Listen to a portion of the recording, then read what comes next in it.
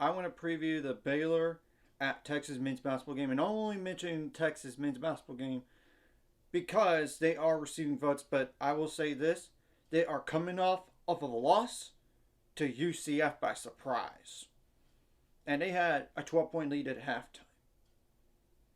So Texas is real desperate right now, as you could tell. I mean, back-to-back losses to West Virginia on the road, and now UCF at home by 6 points, 77-71. And y'all should see the reaction by Rodney Terry shaking hands with UCF and what he said in post game about that incident. And the game will be played on January 20th at 11 a.m. Central Time on ESPN. It's not like an ESPN Plus or anything. And I'm going to mention this right off the jump. I will put the outlook on Texas men's basketball in the description below so y'all could see it. And I'm only going to go up to a certain point because everybody else didn't play last game. So, or even the game before. That's just mentioning that. The the leading scorer is Max Asmus, number 3, 6 foot, 175-pound guard. That's a senior. 17 points per game, 54 for 132 on threes, 41 for 46 on free throws, 2.8 rebounds per game, 4.3 assists per game, 2.5 turnovers per game, 0.9 steals per game, 2.3 fouls per game. Dylan Dessou, number 1, 6 foot 9 inch, 225-pound forward. That's a senior. 14.1 points per game, 13 for 24 on threes, 16 for 19 on free throws, 3.5 rebounds per game, 2 turnovers per game, 1.1 steals per game, 1.1 blocks per game, 3.4 fouls per game. Tyrese Hunter, number 4, 6 foot, 175-pound guard. That's a junior. 12.1 points per game, 15 for 47 on threes, 34 for 47 on free throws. 2.6 rebounds per game, 4.3 assists per game, 3.1 turnovers per game, 1.2 steals per game, 1.3 fouls per game. Dylan Mitchell, number 23, 6 foot 8 inch, 205-pound forward. That's a sophomore. 11.3 points per game, 0 for 7 on threes, 34 for 56 on free throws, 8.8 rebounds per game, 1.6 turnovers per game, 0.9 steals per game, 1.2 blocks per game, 2 fouls per game. Caden Shedrick, yeah, he's a transfer from West Virginia. Max Asmus was at Oral Roberts. If you don't know that already, if that name sounds familiar. Shedrick is sitting at number 5, 6 foot 11 inch, 231-pound forward. That's a senior. 9.7 points per game, 2 for 5 on threes, 44 for 61 on free throws, 3.8 rebounds per game, 1 turnovers per game, 1.1 steals per game, 1.3 blocks per game, 1.8 fouls per game. Ethel Horton, or Ithiel. I apologize if I butchered that name. I really do. Number 9, 6 foot 5 inch, 200-pound guard. It's a senior.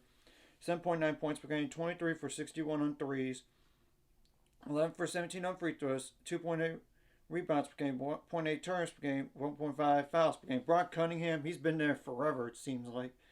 Number 30, 6 foot 6 inch, 210-pound forward. That's a senior. 4.7 points per game, 14 for 41 on threes, 14 for 15 on free throws, 4.9 rebounds per game, 2.8 assists per game, 1.2 turnovers per game, 1.4 steals per game, 0.6 blocks per game, 3.3 fouls per game. Zerick Onyema, Z-E'-R-I-K, then O-N-Y-E-M-A. I apologize. Number 21, 6 foot 8 inch, 235-pound forward. That's a junior. 4.6 points per game, 13 for 19 on free throws, 3.2 rebounds per game, 0.7 turns per game, 0.9 blocks per game, 1.6 fouls per game.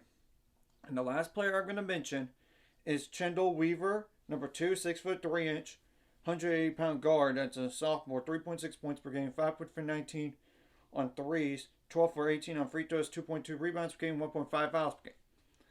I'm going to mention this up front. Baylor, you got to shoot the ball a whole lot better than you did last game. I'm going to tell you that from all areas. 3-point line, and maybe if your threes are not falling, go to the rim more. You got to make more free throws. I mean, 9 for 19 on free throws last game. You got to shoot better than that. And shoot better from the field as well. across the board, you got to limit your foul trouble while getting them in foul trouble. I'm just pointing that out. You got to come out with energy and do not let up on leads if you have them, please. Because that's happened the last two games here, and one of them you got burned twice. Because you had a lead in regulation late in the game and let them climb back in it. Luckily, you forced that game went to overtime. Even though you fouled a really good free throw shooter, he missed one, but made the second and it went to overtime. And I'm just saying, you had, and even in overtime, you had a lead and you blew it with an 8. I mean, that's the truth. I'm just telling you the truth right now. You gotta stay composed as well, because you don't want technical fouls or flagrant ones or flagrant twos necessarily. I know y'all don't try to do that. I'm just telling the truth about it. I mean, it is what it is. And if there is a questionable call, you gotta play through it. And if you don't get a call for whatever reason, you gotta get back on defense. If it's a missed shot, you gotta get back. I'm just telling you, you gotta play. You can't play to the refs. Necessarily rely on them calling stuff. You just got to finish with contact. Now, defensively, I would try to make it as difficult as possible for each player and take away their strengths. I mean, I'm just telling the truth and limit the best players as much as possible as well. And make them ineffective. And please do not foul on a jump shot, unlike the last game. I'm just telling the truth about that. And you don't want them to live at the free throw line. That's the thing. You don't. You got to limit their points in the paint, fast break points, points off turnovers, second chance points as well. I mean, you got to rebound the ball and you got to box out. Because I think if you would have had one more rebound in overtime against Kansas State on that magical 4-point play that later on occurred, you probably win the game. If you get a rebound and then a 4-point play situation, and then Kansas State will have to do the foul game, and then we'll see what happens from there. Maybe we still lost, but I don't know. But I'm just telling you, one more rebounds in that typical situation on defense need to happen. I'm just telling you the truth about that. And obviously, force turnovers. That's another key. Force turnovers, like get some steals, get some blocks. And try to be aggressive without fouling, of course. Of course. And all this. And you got to make them not shoot the ball that good from 3 as much as possible. I mean, that's the truth.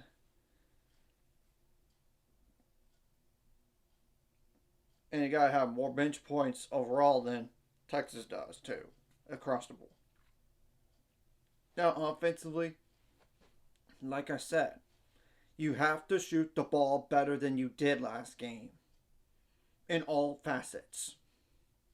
From the field, from the three-point line, and maybe some of that as well needs to be better shot selection. I mean, I'm just telling the truth. And you got to make more free throws. Because you cannot go 9 for 19 on free throws again.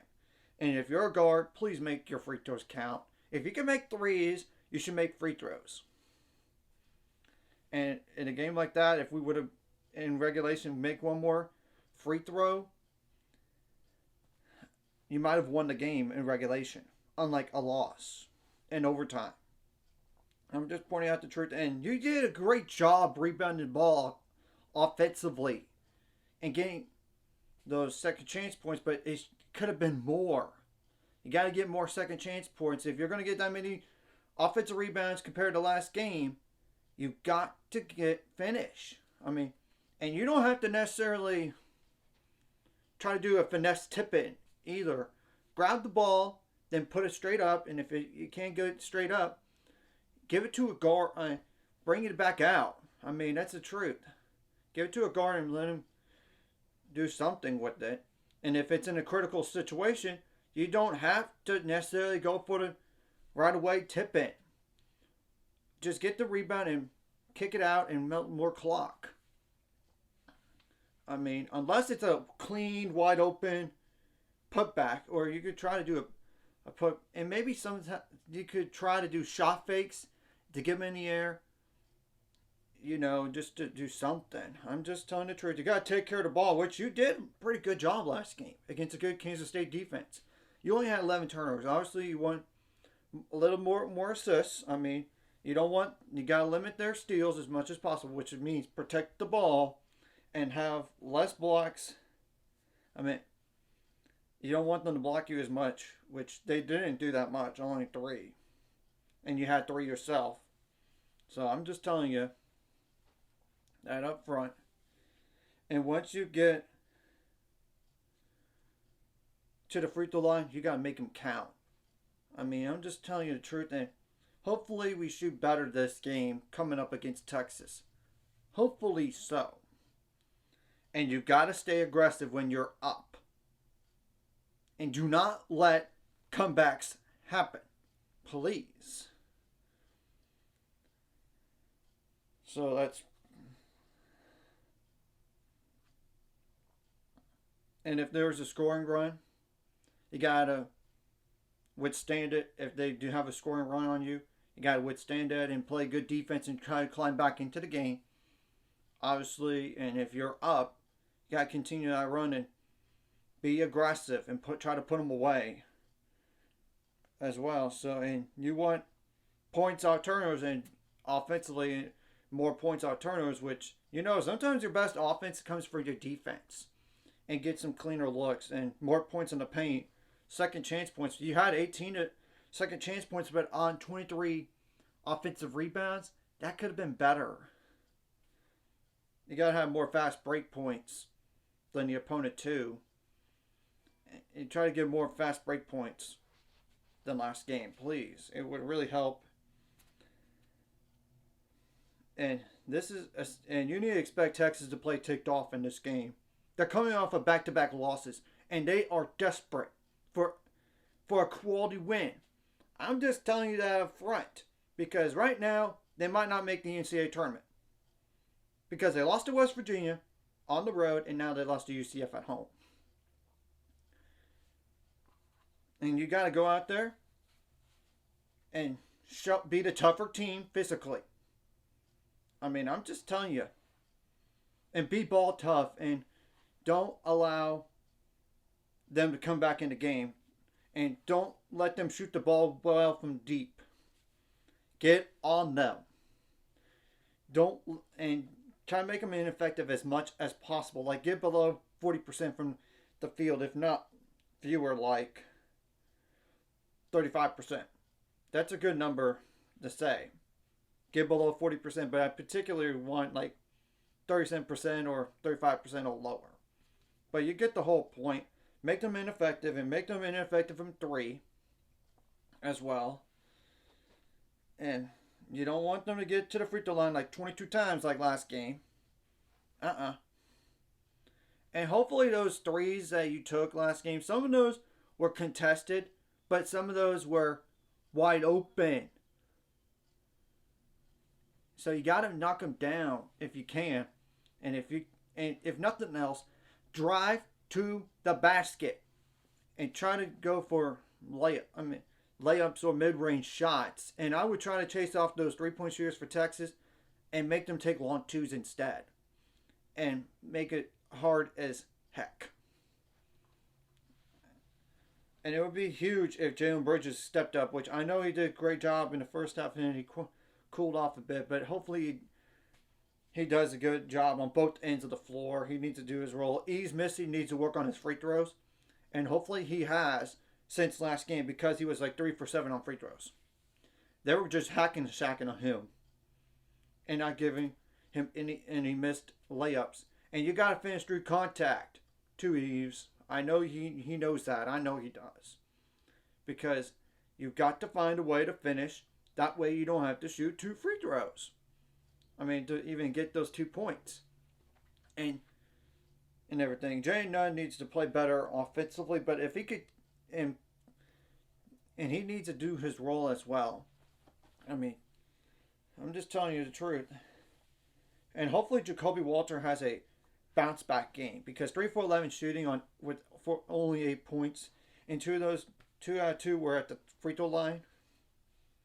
I mean, I'm just telling you the truth. And Ray J. Dennis, he had 8 assists last game to 2 turnovers, so he took care of the ball, but he didn't shoot the ball good. 2 for 15, 1 for 6 on threes, which he's a good shooter, but 2 for 4 on free throws. He's got to make more free throws. Like I said, you got to make your free throws count. I mean, and hopefully he has a bounce back game compared to 2 for 15 shooting. And I'm sure they have been working on their shooting, but Langston Love needs to do his role. And he stepped up big time off the bench. 6 for 14 shooting, 3 for 7 on threes on 15 points. I mean, and Josh Ujuwuna has been good the last 2 games. I mean, double figures against Cincinnati and 7 points against Kansas State. So, but he too needs to work on his free throws a bit. But he made some critical ones against BYU and Cincinnati, though. Though I know that jump shot that he tried to take against Cincinnati almost cost us. I know it did. But he's just got to be smarter than that to take those shots right there. And Caleb Lohner needs to do his role. Same thing goes for Miro Little. I'm just going over like the rotation guys at this point in the video right here. And Caleb Lohner doesn't have to necessarily score. He needs to just be there for defense and rebounding. Unless it's a putback. I mean, like, seriously. And Miro Little I know he needs still a little more time to develop and get better, but I know he's a freshman. I'm just telling you, we need to play better than last game offensively. That's rule number 1. And if you could play that really good defense like last game, and I know that Kansas State shot a little above 40% from the field, but that's including overtime. But if you go by the field goal percentage in regulation, that would be 18 for 46. Yeah. And you know what's crazy is you had 22 more shots than Kansas State, and you still lost last game. If you're going to have more shots than the opponent, you got to make them count and you got to take advantage of it. I'm just telling the truth. You got to. And obviously you want to limit Kansas State shot attempts as much as possible, which will come through forcing turnovers. And if you're going to have a turnover offensively, I'd rather be a dead ball turnover than a live ball one. That way it doesn't have any effects on transition or fast break points